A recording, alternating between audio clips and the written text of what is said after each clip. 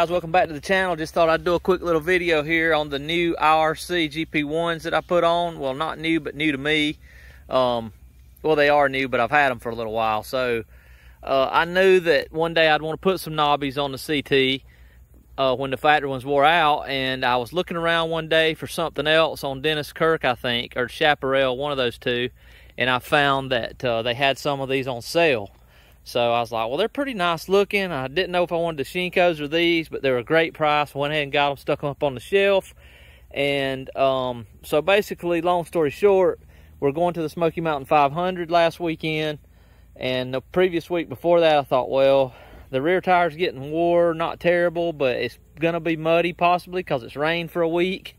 And I decided to nail them on there. I didn't do any kind of balancing or anything. I just stuck them on there with the original tubes, and believe it or not, I'm really happy with them. That I don't really feel any vibration at highway speeds. I've had it up to 60 and hadn't had any vibration out of it that I've noticed.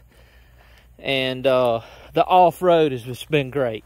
I'm really impressed with the handling of the red. You know, we got red clay here, and once it gets wet, it's super slick.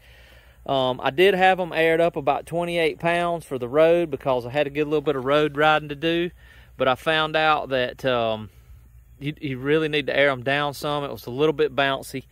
And again, that's the 3017, so it made the bike just a little bit taller. But anyway, I aired them down to about 23 pounds. I found that that's pretty good, and we had a really good ride. I didn't have any slippage or of any kind, and I actually had to do about 25 or 30 miles on the highway going back, and it didn't really handle any different than the factory tire. I had it really leaned over in some curves down there, such as Georgia. If you guys have ever heard of that area, you know it's just super curvy. But we got a little hitchhiker here with us today. But anyway, I did do the Moto Lord fender raise. As you can see, it's up a little bit, and I think it looks pretty good like that.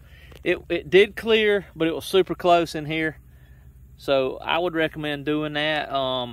Shout out to one of the guys on the page there on Facebook that he sent these to me pretty quick. I knew that if I had to get them from Thailand or something, I might not be able to make it, and I sort of had put the tires on there last minute, so I was glad of that. But that's the Moto Lord.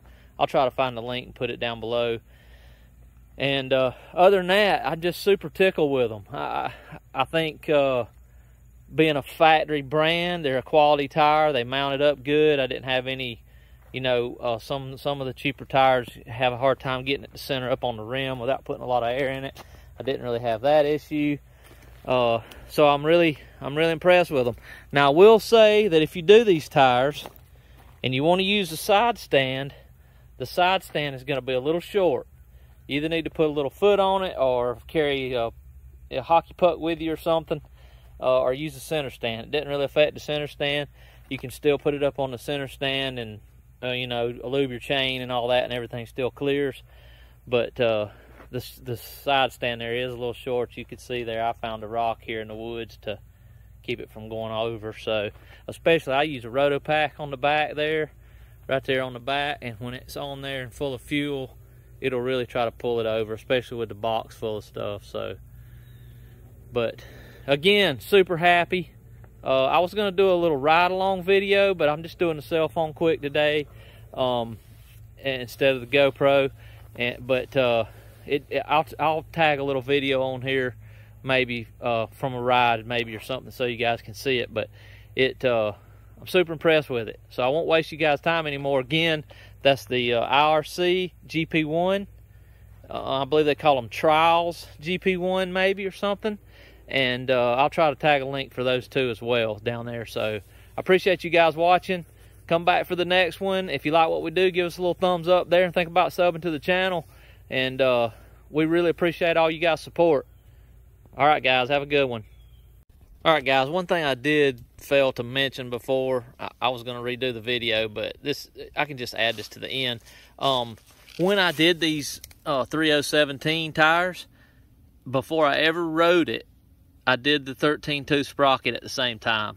So we put the 13-tooth on there at the very same time that we did the tires on it. So I'm not real sure if you did that without the 13 tooth about what speed difference you would have or anything, but I will say that with the 13 tooth and the added height of the tire, it came out pretty good. I'm still, speedo's a little bit off, not much, couple miles per hour. I did, if I got it up to 60 or so, I did get an ABS light, and I've read that that can happen, but it just goes away quick as you turn the switch off. It just flashes a little bit.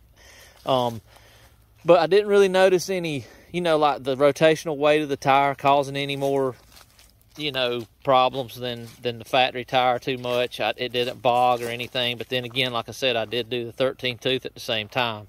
So maybe I might should put the 14 back on there and give that a try. But it really made it perform super well off-road. I got a Smoky Mountain 500 video coming out, and you guys can be able to see how impressed I was with the 13 tooth sprocket on climbing. You know, from a dead stop dig in first with these tires, it really did great. I got it off into some ruts and some pretty nasty, gnarly spots, and it just handled it really well. So, slick red mud and rocks and everything. So I can't really answer the question about top speed, factory sprocket. I wish I could, but I'll say that the way it is right here, right now, it didn't really harm anything. It's a little bit turned up in RPMs more at highway speeds, but I don't think any more than it's going to bother it, you know. So you could split the difference and keep the 14 and go up a couple teeth on the back, but I like that small sprocket on there. It stays out of the way of everything. So just want to tag that on in, guys. Appreciate you again.